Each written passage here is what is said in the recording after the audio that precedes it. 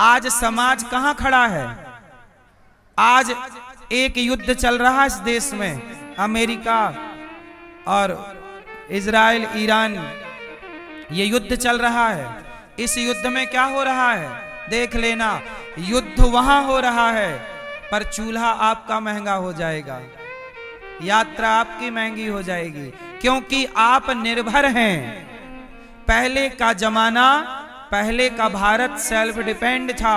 पहले चाहे गैस दो ना दो, पहले हमारे यहाँ लकड़ी का, कंडे का, ओपलों का प्रयोग था।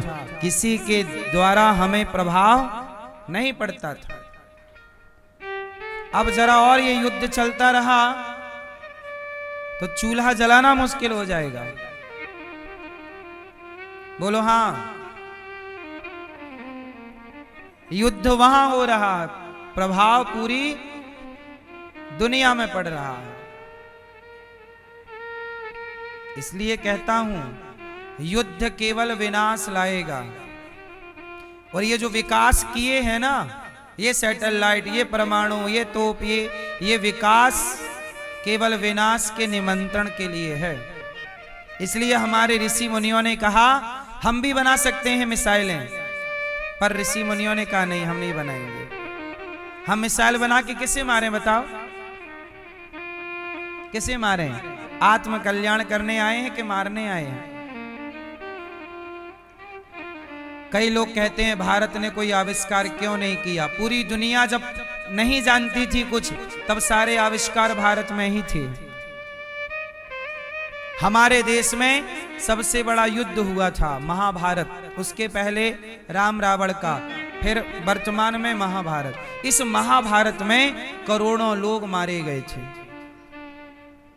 भारत की हिस्ट्री आपको बताता हूं, सुनो। महाभारत में कितने लोग मारे गए? कितने? करोड़ों, करोड़ों, कई करोड़ लोग मारे गए। फिर क्या हुआ? धर्मराज युधिष्ठिर बने राजा। उस समय हमारे देश में विज्ञान था, टीवी थी, कैमरा था। कैमरा आज से 5000 साल पहले भी था। उदाहरण दूं, सुनो। महाभारत कहां हुआ? कुरुक्षेत्र में। और कुरुक्षेत्र के महाभारत को आंखों देखा हाल किसने किसको सुनाया था? संजय ने धृतराष्ट्र को हस्तिनापुर में सुनाया था। तो वहां चल रहा था युद्ध कुरुक्षेत्र में, और हस्तिनापुर तो वहां से सैकड़ों किलोमीटर दूर है। तो कैसे सुनाया? मतलब विज्ञान था कि वहां के युद्ध को लाइव प्रसारण चल रहा है। ये विज्ञान था। जैसे आज लाइव चल रहा, वृंदावन में कथा चल रही और दुनिया के कोने कोने में लोग बैठ के कथा लाइव सुन रहे हैं। ये प्रसारण आज है तो 5000 साल पहले भी था। तो विज्ञान था या नहीं? बोलो हाँ। दूसरा, रावण के जमाने में उड़ने वाले विमान थे कि नहीं? राम विमान से ही आए थे अयोध्या, लंका से, रावण को मार के। बोलो हाँ। वो पुष्पक विमान कुबेर का था, रावण ने छीन लिया था, चुरा लिया, किडनैप कर लिया। ये कह दो विज्ञान था या नहीं? उड़ने वाले निर्माण थे या नहीं? इसका मतलब हम वैज्ञानिक थे या नहीं? जब घड़ी का आविष्कार नहीं हुआ, तब कोणार्क मंदिर में आप जाओ, आज भी सूर्य के प्रकाश से आज भी वह मंदिर परफेक्ट टाइमिंग आज भी बताता है, बिना घड़ी के। निर्माण है या नहीं? आविष्कार है या नहीं? विज्ञान है या नहीं? जिस जमाने में कोई मशीन नहीं थी, उस जमाने में गगन चूमते मंदिर, देवालय, शिवालय भारत के वैज्ञानिकों ने बना के इमारतें खड़ी की के नहीं। जगन्नाथपुरी का मंदिर कोई आज का नहीं है। जब विज्ञान का अस्तित्व नहीं था, साहुल गुनिया कुछ नहीं होता था, तब बन के खड़ा है। बोलो हाँ। था विज्ञान? बोलो हाँ। इसका मतलब हम विज्ञान को जानते थे, जितनी जरूरत थी उतना काम करते थे। रही सैटेलाइट मशीनों की, तो हमारे यहाँ जब महाभारत हुआ और महाभारत में बड़ी बड़ी मिसाइलें दागी गईं, करोड़ों लोग कैसे मर गए। ब्रह्मास्त्र क्या है, सुदर्शनास्त्र क्या है, आग्नेय मिसाल क्या है, अग्नियास्त्र अग्नि बाण क्या है, पशुपतास्त्र क्या है, ये सब उस जमाने की मिसाइलें कह दो थी। धर्मराज युधिष्ठिर ने कहा कि नहीं, इनसे समाज का विकास नहीं विनाश होगा। जब धर्मराज राजा बने तो धर्मराज युधिष्ठिर ने सारे इस तरह के हथियारों को नष्ट करा दिया। जैसे आज रसिया कहता है यूक्रेन से कि तुम अपनी परमाणु शक्ति समाप्त कर दो, उसने कर दी। अमेरिका कहता है ईरान से तुम परमाणु शक्ति मत बनो, बनोगे तो हम पटक देंगे बम, पटक भी दिया। उसी तरह धर्मराज युधिष्ठिर ने किया कि कोई भी राजा इन शक्तियों का अब यूज नहीं करेगा, सब समाप्त करो। क्यों? क्योंकि इससे मानव जाति खतरे में आ जाएगी। तो धर्मराज युधिष्ठिर ने जब राजा बने तो उन्होंने करोड़ों लाशें देखी, तो उनके अंदर ये भाव आया कि नहीं, युद्ध सही नहीं है और युद्ध को समाप्त कैसे किया जाए। तो सारे जितने भी आधुनिक औजार थे सब नष्ट किया गया। आपको क्या लगता है महाभारत में बंदूक का प्रयोग नहीं था नलिका नाम था महाभारत, मैंने पढ़ा, उनमें शस्त्रों के नाम पढ़िएगा। उनके प्रयोग अलग थे, नाम अलग थे, पर काम लगभग ऐसे ही थे। सब कुछ था, सब नष्ट कर दिया गया। उस टेक्नोलॉजी को, उस तकनीक को नष्ट कर दिया गया, उस सिद्धांत को ही समाप्त कर दिया, सूत्र को। क्यों? उस डिवाइस को ही नष्ट कर दिया। क्यों? क्योंकि आज दुर्योधन जैसे लोगों को यदि वो ताकत मिल जाती तो क्या करते समाज में। पाकिस्तान को परमाणु मिल गया तो देखो दिन भर नाचता है, मैं पटक दूंगा, मैं पटक दूंगा। गलत व्यक्ति के पास पावर आ गया, उसका मिसयूज करेगा। इसलिए हमारे यहां सब था, बाद में नष्ट किया गया। पर उसकी थ्योरी किताबों में लिख के रख दी गई कि जब जरूरत पड़े तो तुम निर्माण कर लेना।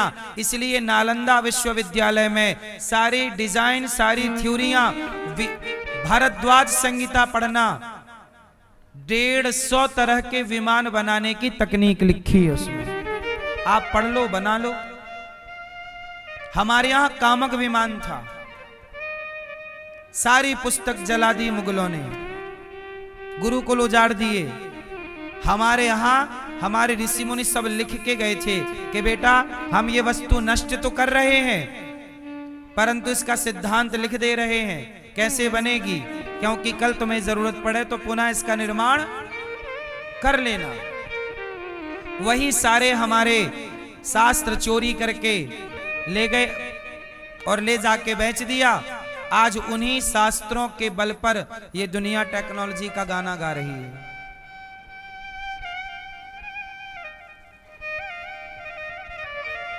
इसलिए भारत को शांति पसंद है।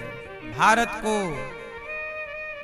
गुफा में बैठ के हमारे ऋषि मुनियों ने चिंतन किया किससे लड़ें। हमारे यहां ऋषियों की ताकत देखिए, एक ऋषि चाहते तो शाप दे के सबको नष्ट कर देते थे। ताकत सुनो, जब भरत जी राम जी से मिलने चित्रकूट गए, जरा सुन, रामचरितमानस पढ़े हो कि नहीं पढ़े तो पढ़ना, मैं एक उदाहरण देकर समझाता हूं। जब भरत जी चित्रकूट गए तो रास्ते में प्रयागराज के पास एक संत जी का आश्रम मिला। भरद्वाज मुनि बसई प्रयागा। भरद्वाज जी के आश्रम में भरत जी ठहरे। सुनिएगा, ये वहां का प्रसंग है, अयोध्या कांड की एक कथा है, पढ़ लीजिएगा। जब भरत जी भरद्वाज ऋषि के पास आए तो भरद्वाज ऋषि ने अपने तप के प्रभाव से कहा कि आज मेरे अतिथि भरत जी जैसे भक्त हैं। कौशल्या माता उनके यहाँ रुकी, अब जा रहे हैं तो रात्रि तो विश्राम कहीं ना कहीं करना है। तो कौशल्या मेरे द्वार आई, संत बोल रहे हैं, भरद्वाज ऋषि बोले मेरे द्वार पे भरत जी आए, कौशल्या जी आई, सुमित्रा जी आई, बड़े बड़े भक्त आए, कैकेयी आई, अब मैं इनका स्वागत कैसे करूं। तो भरद्वाज जी एक घास की कुटिया में रहते थे, लेकिन लिखा है कि उन्होंने गंगा जल लिया और कहा हे प्रभु, यदि मैं आपका भक्त हूं तो जरा मेरे यहां अतिथि गण आए हैं, जरा वैभव प्रकट कर दीजिए। भैया स्वर्ग का जो सुख था वो यहां धरती पर प्रयाग में प्रकट हो गया। लिखा है पूरा, अप्सराएं आ गईं, कमरे बन गए, वन उपवन पार्क स्विमिंग पूल, जो आप आज की भाषा में सोच सकते हैं, 5 स्टार से 50 स्टार की व्यवस्थाएं, 100 स्टार की व्यवस्थाएं एक ऋषि ने प्रकट कर दी। और सारे लोग आनंद से वहां रहे, क्योंकि लाखों लोग भरत जी के साथ थे। सबको एक एक कमरा दिया गया, रेस्ट करो, थके हो जाओ। एक ऋषि ने ये वैभव चुटकी में प्रकट कर दिया, चुटकी में ऐसे। और भरत जी के पास सुंदर सुंदर स्त्रियां आ गईं, आओ महाराज। जैसे नहीं होटलों में, जैसे आप फ्लाइट में यात्रा करते हो तो वहां भी अप्सराएं रहती हैं 2-4, हाँ या ना। ऐसे ही आप क्या लेंगे, जल लेंगे, चाय लेंगे, कॉफी लेंगे, क्या लेंगे, आइए वेलकम। भरत जी का वेलकम करने लग गई, पर भरत जी पूरी रात केवल राम राम रटते रोते रहे। सब सो गए, भरत जी नहीं सोए। तो कहने का मतलब यह है कि हमारे यहां जो कुटिया में रहने वाले साधु थे वो पल भर में ये वैभव प्रकट कर सकते थे अपने तप के बल से। किसके बल से? इसलिए तकनीक को नष्ट कर दिया कि कहीं ये तकनीक गलत व्यक्ति के हाथ ना लग जाए। हम तपस्वी तो कभी भी प्रकट कर लेंगे, उसका सदुपयोग करेंगे। और भरत जी के जाते ही फिर जस का तस हो गया, वैभव समाप्त। इसलिए संत तपस्वी होते हैं, उनके पास सब कुछ होते हुए भी वो सबसे चित्त को हटाए रखते हैं। आपके पास जरा आ जाए तो आप चिपक जाते हैं संसार के सुख से, आसक्ति जरूरत से ज्यादा है। पर संत लोग आसक्त नहीं होते किसी चीज से, अटैचमेंट नहीं है। इसलिए हमारी संस्कृति सबसे श्रेष्ठ है। भारत को समझने के लिए भारत के इन ग्रंथों को पढ़ना होगा, समझना होगा। तो आपको सत्संग क्यों जरूरी है? आपकी कीमत बढ़ाने के लिए, आपकी योग्यता बढ़ाने के लिए। लड़ना झगड़ना उद्देश्य होता तो हम भी आपको भागवत ना सुना रहे होते, हम भी एक आध मिसाइल ही बना रहे होते। और हम भी बनाते तो कुछ ना कुछ तो बना ही लेते। बोलो हाँ। हम लोगों ने अपने दिमाग को मिसाइल बनाने में नहीं लगाया। चलो हम सब बनाते हैं मिसाइल, कुछ तो बना ही लेंगे यदि लग जाए तो। उत्तर दो हाँ या ना। क्यों? कुछ तो बना ही लेंगे। पर जरूरत नहीं समझी हमने जरूरत समझी है भैया आओ श्री कृष्ण गोविंद हरे मुरारी गाते हैं। भगवान जरूरत क्या समझी? मिसाइल बनाने को जरूरत नहीं समझी। श्री कृष्ण गोविंद हरे मुरारी हे नाथ नारायण वासुदेव को जरूरत समझा कि भगवान का नाम जपेंगे कल्याण होगा। क्योंकि जो बनाए थे वो भी तो मर ही गए। बोलो, जो परमाणु बनाए वो मर गए, मिसाइल बनाए मर गए, वो जिंदा होते बना के, तो हमें लगता है यार इसको बनाने से आदमी अमर हो जाता, चलो हम भी बनाएं। अमर तो हुए नहीं, मर तो गए। इसलिए आत्म कल्याण सनातन का मूल उद्देश्य है, खुश रहो और खुश रखो। खुश रहो, जियो और जीने दो।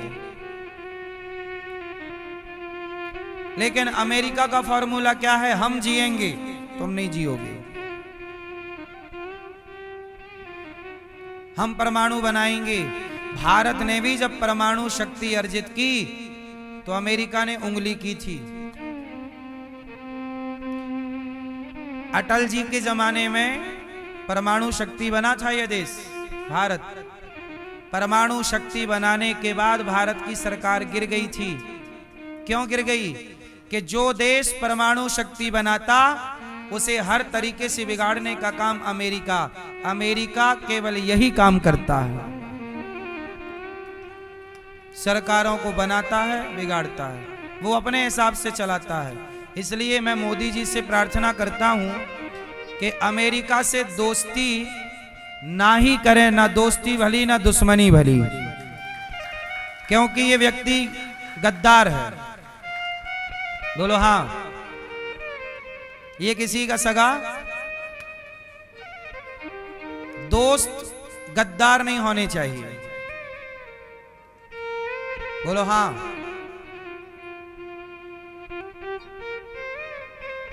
रसिया ठीक दोस्त है हमारा, पर अमेरिका बदलता रहता है। कहीं 25% टैरिफ लगाऊंगा, कहीं ये लगाऊंगा, कभी वो हटाऊंगा। इसका कोई दीन धर्म नहीं है, और जिसका कोई धर्म नहीं है वो हमारा मित्र नहीं हो सकता। हमारा मित्र वही होना चाहिए जिसका कोई धर्म हो। बिना धर्म वाला व्यक्ति भरोसेमंद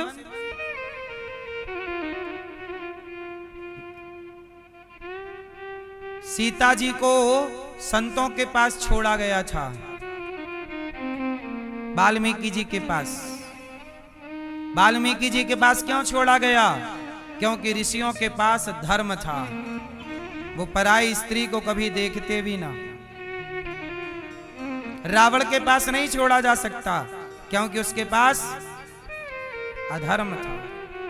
भरोसा उस पर किया जा सकता है जिसके पास धर्म हो।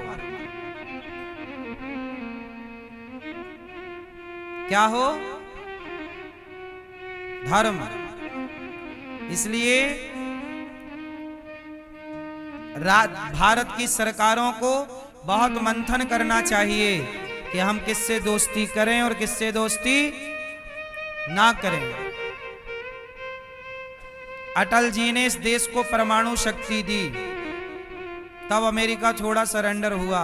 वो नहीं चाहता था, उसने पूरी खोज करवाई क्या हो रहा है, कहां क्या चल रहा है, और जैसे ही परमाणु शक्ति बना अटल जी की सरकार गिर गई। बोलो हाँ। गिर गई कि अमेरिका ने गिरवा दिया? यही काम था। अमेरिका यही काम करता है, लड़ाने का। इससे उसको लड़ाया और खुद हथियार बेचता रहा। ऐसे लोगों को दोस्त नहीं बनाना चाहिए। भारत का हित किसमें है? अभी देखो ना, जिस देश से युद्ध चल रहा है, ईरान से, ईरान कि इराक, ईरान से चल रहा है। वो परमाणु बनाना चाहता था, उसने नहीं बनाने दिया। अब देखो पूरा देश तबाह करने पे लगे हुए हैं।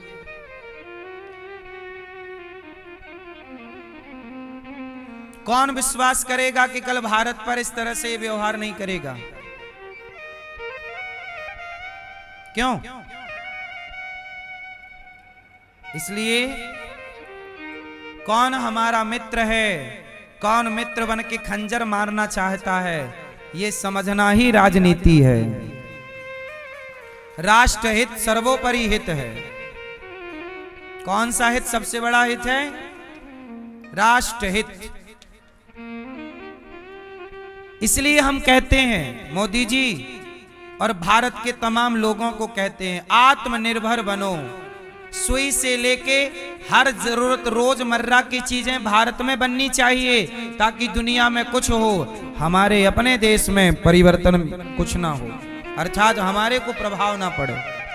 यही राष्ट्र नीति है। आज कुछ भी हो, हम अमेरिका पर निर्भर हो रहे हैं। क्यों हो रहे हैं? अमेरिका भारत को विमान देता है, फ्री में नहीं देता, पैसे में देता है। बोइंग कंपनी है, एयरबैग दूसरी कंपनी है, जापान की शायद।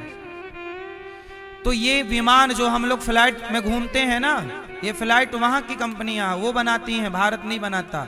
भारत को बहुत तेजी से विमान बनाने पे काम करना चाहिए, अपनी चीजों को डेवलप करना चाहिए। बोलो हाँ।